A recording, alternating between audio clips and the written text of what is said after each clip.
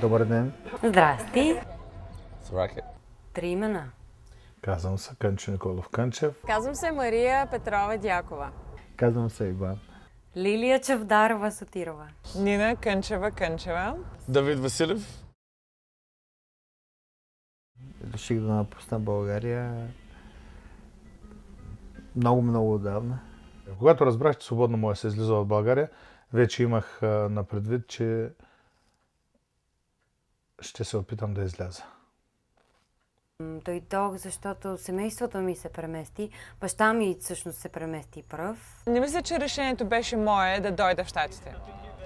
По-скоро беше решение на родителите ми. И аз просто последвах това, което те бяха вече решили за мен, като знаех, че това е най-доброто решение за нашето семейство. Първо икономическия фактор, че в България считах, че не мога да заработвам достатъчно да подкрепям семейството си, да се грижа за семейството си. България е една прекрасна държава, обаче с много лоши хора вътре в нея, които аз понеже се смятам от добрите хора, естествено, той ми лича. И просто моята генерация, не само моята генерация, просто бяха прогонени от нашата собствена родина. Другото е любопитство. Може да се каже и любопитство, защото ти си живял много дълго време в една затворена система и само си чувал за този Запад, за Америка и т.н. Аз също, даже през ми беше минало, че мога да отида в Америка. Исках много да пътувам. Имах огромно желание да видя света, да видя повече от моя град. Мислих си, че има някакъв голям свят извън моя град.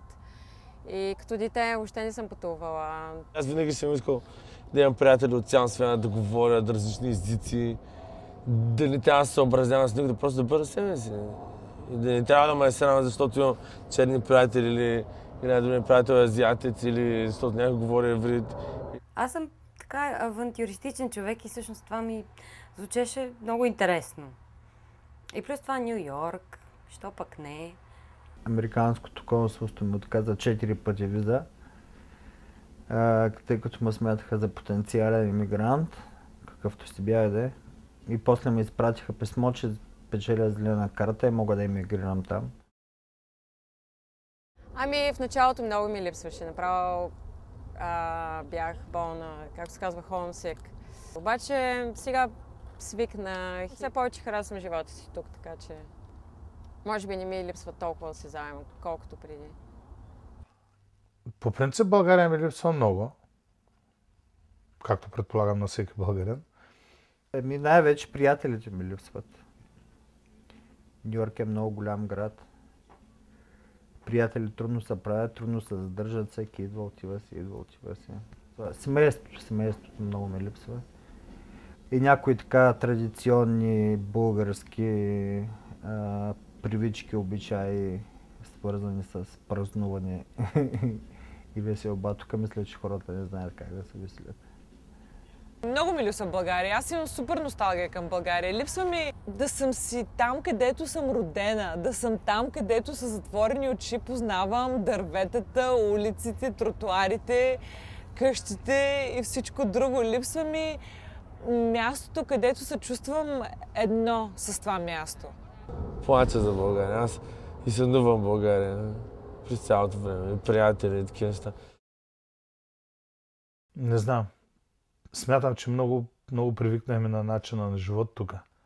Най-интересното е, че като постоя по-дълго и просто ми се връща насам. По-леко се живее тук за сега. Все още. С удоволствие да живея сега. Мисля, че не съм готов. Още България не е готова.